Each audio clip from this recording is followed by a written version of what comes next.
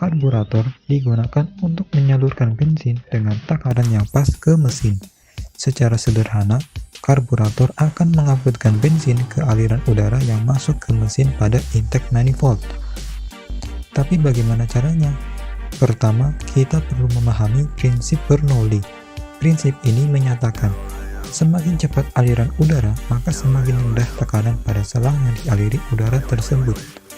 Berkat adanya penurunan tekanan ini, bensin mampu terhisap ke dalam aliran udara. Jadi, karburator menggunakan prinsip Bernoulli untuk mencampurkan bensin ke dalam aliran udara menuju intake manifold. Nah, sekarang kita aplikasikan prinsip Bernoulli ke sistem karburator. Ada 3 komponen utama, yakni air scoop sebagai selang udara, venturi yang dipasang di tengah air scoop, dan fuel jet yang dipasang tepat di dalam venturi. Posisi ini sudah pas dengan prinsip Bernoulli, jadi ketika udara mengalir melewati air scoop, tekanan di dalam venturi turun. Akibatnya, bensin terhisap karena tekanan di dalam venturi lebih kecil dibandingkan tekanan di penampungan bensin. Besar kecilnya fuel jet ini akan mempengaruhi jumlah bensin yang terhisap. Jadi, untuk mendapatkan campuran yang ideal, ukuran fuel jet sudah diset. Lalu bagaimana cara karburator mengatur RPM mesin? Sepeda motor umumnya menggunakan karburator tipe variabel venturi. Bentuknya kurang lebih seperti ini.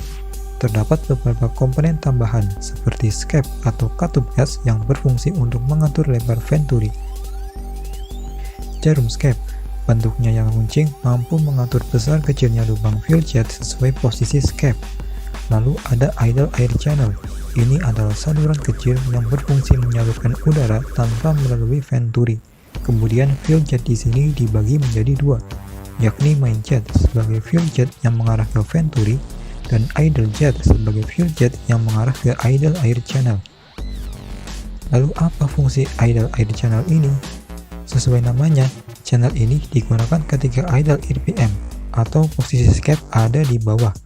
Saat posisi ini, lebar venturi sangat sempit dan jarum skep menutup main jet, sehingga udara terhisap melalui idle air channel dan bensin keluar melalui idle jet dengan prinsip yang sama seperti main jet.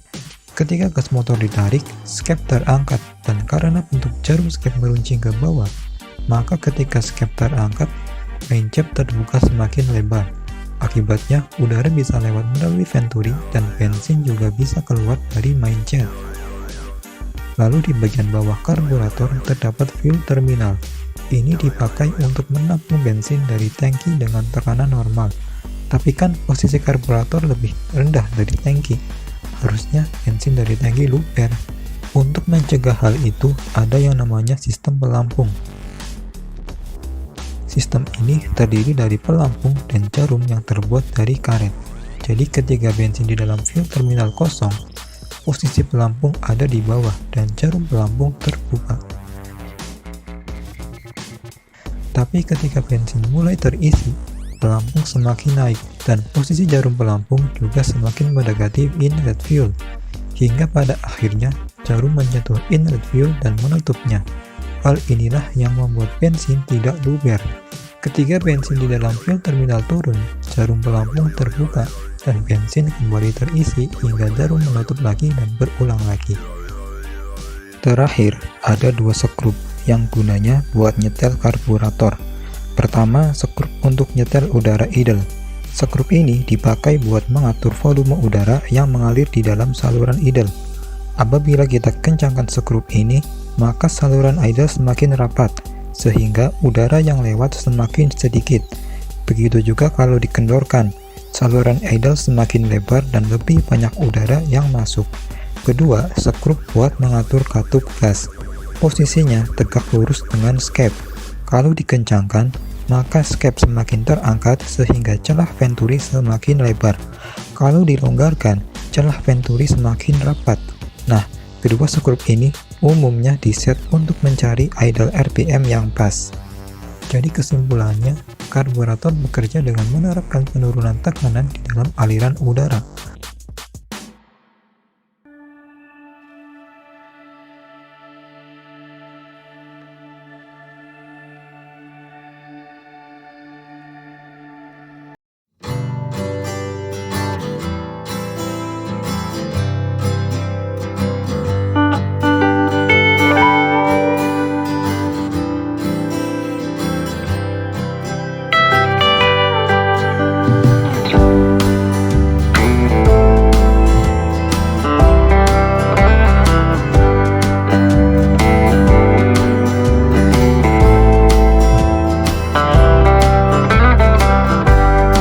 akan membahas motor injeksi.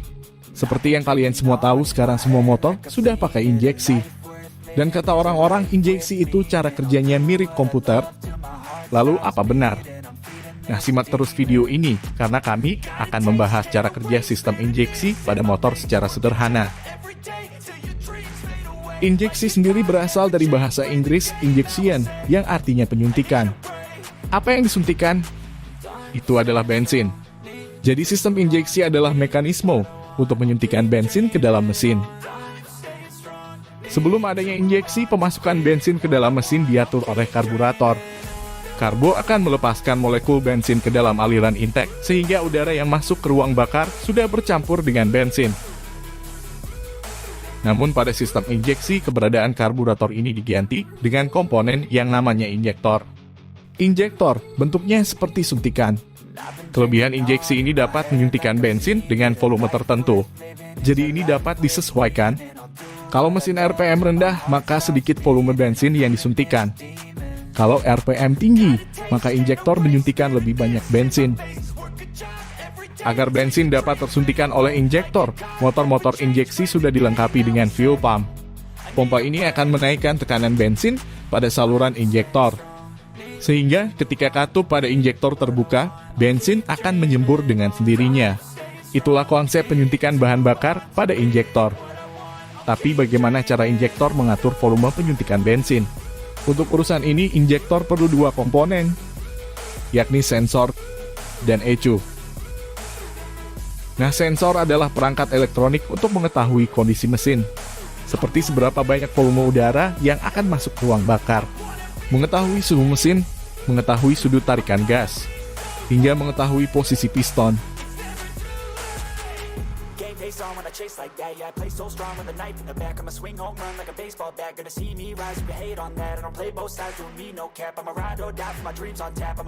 Sementara ECU adalah Electronic Control Unit, merupakan perangkat microcontroller yang dipakai untuk menentukan volume bensin yang diinjeksikan berdasarkan kondisi mesin. Jadi sederhananya, sensor berfungsi sebagai intel atau informan yang tugasnya mengetahui kondisi mesin yang saya sebutkan sebelumnya. Data dari sensor akan dikirimkan ke ECU. Lalu, berdasarkan data yang dikirimkan sensor, ECU akan menghitung berapa volume bensin yang dibutuhkan supaya pembakaran bisa berlangsung secara optimal. Hasilnya, ECU akan mengirimkan tegangan output dengan durasi tertentu ke injektor, sehingga injektor mampu menyuntikkan bensin dengan volume yang sesuai dengan yang dihitung oleh ECU. Ini membuat mesin selalu mengalami pembakaran yang optimal pada semua kondisi, karena perhitungan ECU dilakukan secara real-time. Jadi, pembakaran lebih efisien sehingga membuat konsumsi bensin jadi lebih efektif. Dari penjelasan tadi, kita tahu kalau sistem injeksi sangat bergantung dengan kelistrikan.